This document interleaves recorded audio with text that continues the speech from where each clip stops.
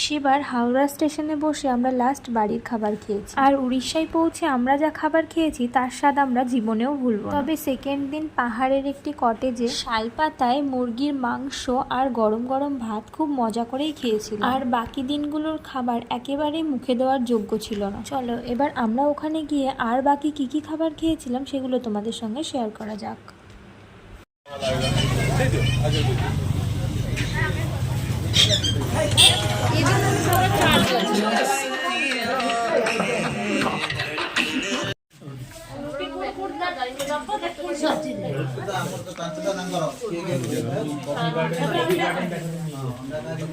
ওই দেখো পাতা ধরে টান মারে না, ওই দেখো শাল পাতাগুলোকে দেখো কাঠি দিয়ে আটকে আটকে একটা থালা বানিয়েছে।